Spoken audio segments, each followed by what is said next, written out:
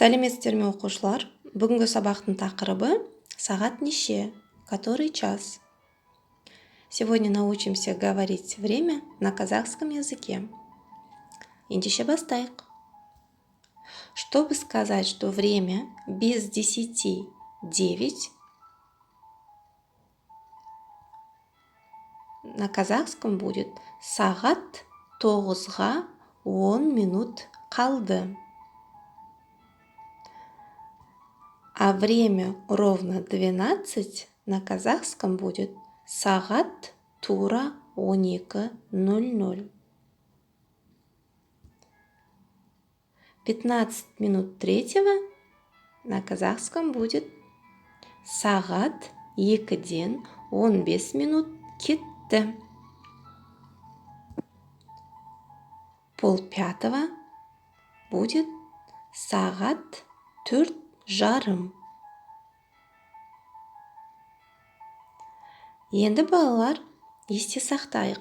Обратите внимание на окончание, которое прибавляется к числительным, когда мы отвечаем на вопрос сағат неше. Енді ауызша сағат неше деген сұраққа жауап берейік. Давайте попробуем ответить на вопрос, который час.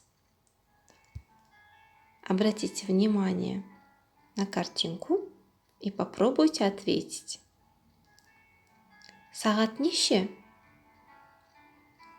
Сағат 3-тен 10 минут кетті. Мұнда сағат неше? Мұнда сағат 2-ге 20 минут қалды. Бұл жерде сағат неше? Бұл жерде сағат 1:30. Жарайсыңдар балалар. Енді дәптермен жұмыс. Сөйлемді толықтырып жаз. Допишите предложение. Это вы выполняете в тетради. Письменная работа. Енді балалар мәтін оқиық. Мұқият тыңда. Оқы. Балалар бүгін сауда үйлерін аралады. Сауда орындарында сатушылар жоқ. Сатушының орнына робот қызмет көрсетеді. Қажет тауарды алып, кассаға барасың. Тауарды әйнек үстелге қоясың. Төлейтін соманы сізге хабарлайды. Робот машине ақшаны қателеспей санайды. Балалар мұны қызықтап жүргенде қатты шаршады. Бұл жерде ұзақ болдық қой, мен қатты шаршадым, деді Тілеухан. Мен де шаршадым, деді Азамат.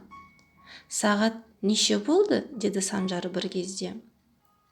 Менің сағатым істемей қалды, деді Талғат ағай.